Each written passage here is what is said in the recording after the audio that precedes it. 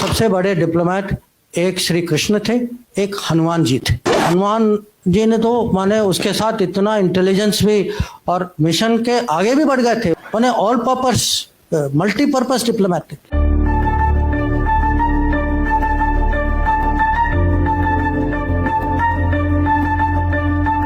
एक क्यूरियोसिटी है, why India way and why not Indian way? Is there any specific thinking behind this? Two, strategic culture की बहुत बार बात होती है, तो आपने जैसे कृष्ण का उल्लेख किया है, कृष्णा चॉइस के बारे में लिखा है, लेकिन हमारे यहाँ पे केवल कृष्णा नहीं, भीष्म हो, चाणक्य हो, this is a rare thing कि communion serve in foreign service for 5 decades and delivering speech in Hindi. I grew up in Delhi. To be आपने जो पूछा कहा कि जो श्री कृष्ण की बात की, महाभारत की बात की, देखिए मेरा जो उस पे जो लेख है, मैंने लेख इसीलिए लिखा क्योंकि मैं 40 साल से, अगर मैं अपने यहाँ भी अपने कलीग्स, अपने जो साथियों से बात करूं, अगर मैं उनसे पूछूंगा कि अच्छा आप मुझे बताइए दुनिया का सबसे बड़ा डिप्लोमेट कौन था, मैं आपको लिख के दे सकता हूं कि वो आपको ऐसा कोई जवाब देंगे कि वो वेस्टर्न ही होगा, कहेंगे मेटरनिक सबसे बड़ा दुनिया। अगर मैं उनको कहूं कि आप मुझे बताइए कोई डिप्लोमेसी पे सबसे अच्छी किताब क्या है, तो कहेंगे वो मैकियावेली है, वो हैरल निकलसन है, वो अर्नेस्ट साटो है।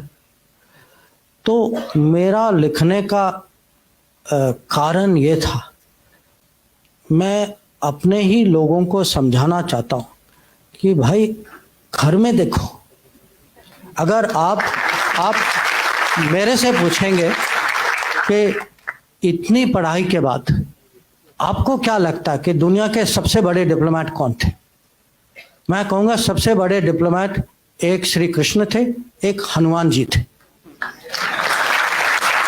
नहीं, और ये बहुत सीरियस उत्तर दे रहा हूं मैं आपको कि अगर आप उनको कूटनीति के परिप्रेक्ष्य से देखें कि किस सिचुएशन में थे, उनको मिशन क्या दिया गया था, किस तरीके से उन्होंने हैंडल किया था, और हनुमान जी ने तो माने उसके साथ इतना इंटेलिजेंस भी और मिशन के आगे भी बढ़ गए थे। उन्होंने सीता को वो कांटेक्ट भी किया था, पूरी लंका की खबर ली, लंका को जला भी दिया उसके बाद। माने कैसे डिप्लोमेट निकले, उन्हें ऑल पर्पस मल्टीपर्पस डिप्लोमेट।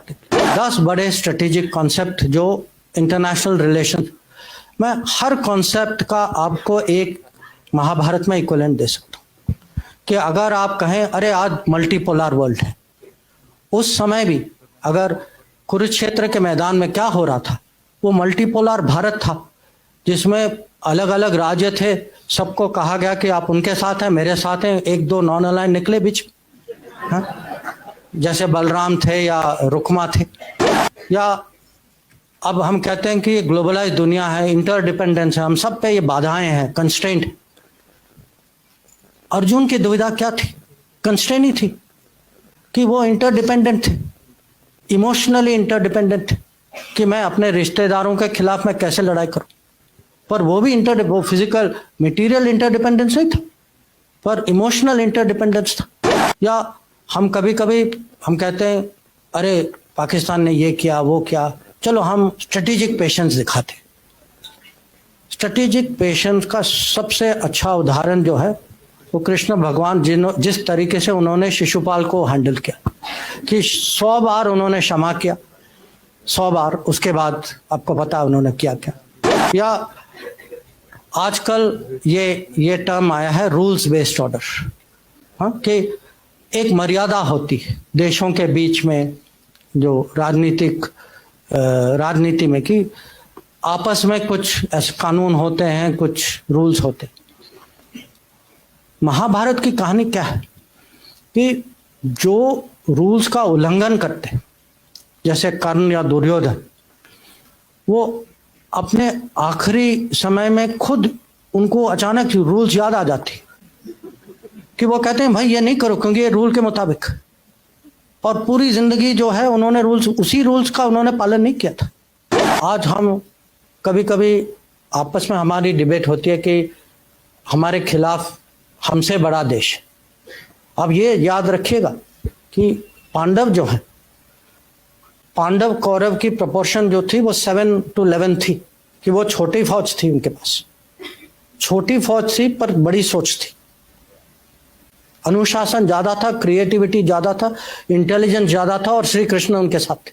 और हम कभी कभी रेपुटेशनल कॉस्ट की बात करते हैं कि रेपुटेशन जो है कूटनीति में, राजनीति में भी, जिस पे आप भरोसा, अब भरोसा की मैं क्या कीमत बताऊं आपको, जिस पे भरोसा करते हैं उसकी जो वैल्यू जो है, पार्टी हो, आदमी हो, देश हो, रेपुटेशन की बहुत कीमत होती।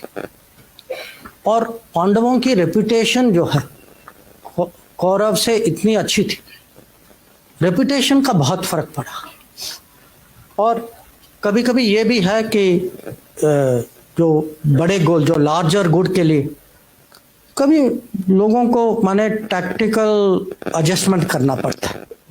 और ये भी इसके बहुत उदाहरण, जो युधिष्ठिर ने अश्वत्थामा के बारे में कहा, और स्ट्रेटेजिक डिसेप्शन, जो जब कृष्ण भगवान ने सूर्यास्त का एक किस्म से इल्यूजन क्रिएट किया तो जयद्रथ को लगा कि वो बच गए। हम जो हैं इतनी माने आसानी से ये शब्द लेते हैं, Trojan horse, Achilles heel, Gordian knot. अब ये कहाँ से आते हैं ये शब्द? किसी और के कथा से आते हैं। अब मुझे उससे कोई दुश्मनी नहीं है, मैं भी वही कथा पढ़ता हूं, मुझे भी उसमें रुचि है, पर मैं हमारे देशवासियों को समझाना चाहता हूं कि भाई आप अपने बारे में भी पढ़िए, इसका भी महत्व समझिए। इंडियन स्ट्रेटेजिक कल्चर दूसरों के अनुभवों और दूसरे के कथाओं से नहीं बनेगी। इंडियन स्ट्रेटेजिक कल्चर इंडिया के एपिक से बनेगी।